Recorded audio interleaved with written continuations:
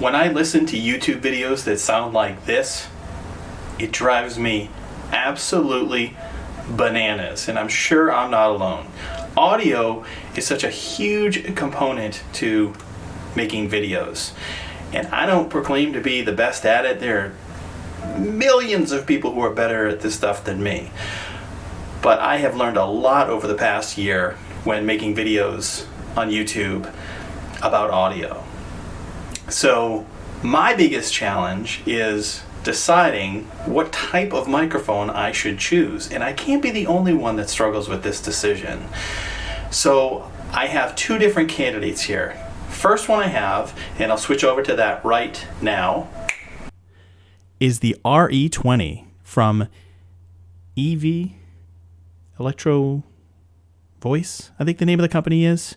And this is a dynamic microphone, and it sounds fantastic. Now, I have both of these microphones. The original audio that you heard at the beginning of this video was from my camera, which is a Fujifilm X-H1.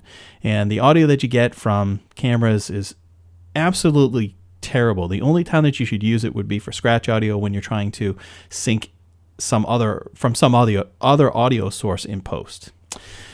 So anyways, this is the RE20, and I have both of these microphones being fed into my audio interface, which is the solid state SSL2 Plus.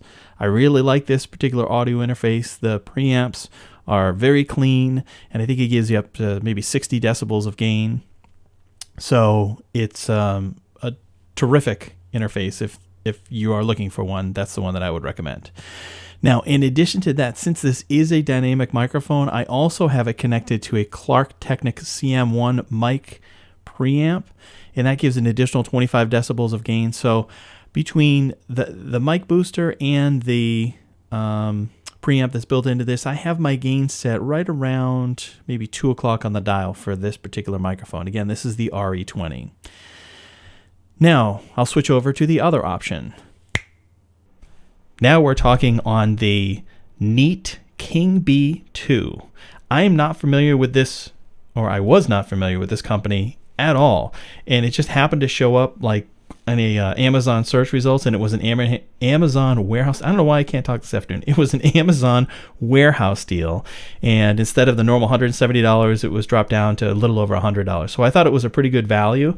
And I looked at a couple of reviews online, and it seemed like people were very happy with it. So the best review was this guy Bandrew, who was on Podcasters, I think the name of his channel is, and he's amazing. So don't trust me, trust him, because he knows what he's actually doing.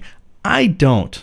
I do this, for my other business, which is real estate, but I am certainly by any stretch of the imagination not an expert. So take whatever I say with a grain of salt. But the purpose of this video is just for you to hear the difference between the two and help me decide whether I should continue using the dynamic microphone, which I'll switch back over to now.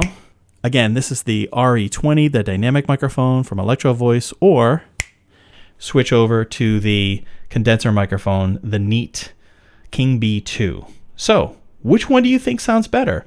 Or should I go back to the camera audio? I'm thinking that camera audio really sounds great, don't you? Please! I think you're much better off using one of these two solutions. So again, the RE20. Right now we're on the RE20 and we're listening to see how this sounds. I think this sounds like a terrific microphone. Oh, I should also say that I have no compression. I have no limiter. I've got no EQ on this. This is literally just straight out of the box. And now we're switching over to the condenser microphone again. So the obvious pros of the condenser microphone is that it's a really clean, detailed sound versus the dynamic microphone, which is also very good and clear. It's the nice thing about a dynamic microphone, from my perspective, is that it's not harsh. It's very easygoing. You can just listen to it for hours on end. And even my voice, which I find annoying, sounds like halfway decent on it. So I don't know. Which one do you prefer? Is there even a difference? What kind of device are you listening to on? Are you listening in your headphones? Are you listening on some speakers, some monitors? Are you listening on your phone, which I think is like 90% of the people out there? So on a phone, does it even make a difference? I have no idea because I actually don't typically listen back to my videos on my phone. So I'd love to hear your comments. If you did enjoy this type of video, make sure that you smash that like button and also click the subscribe button to be notified of additional videos. Thanks for watching. Take care.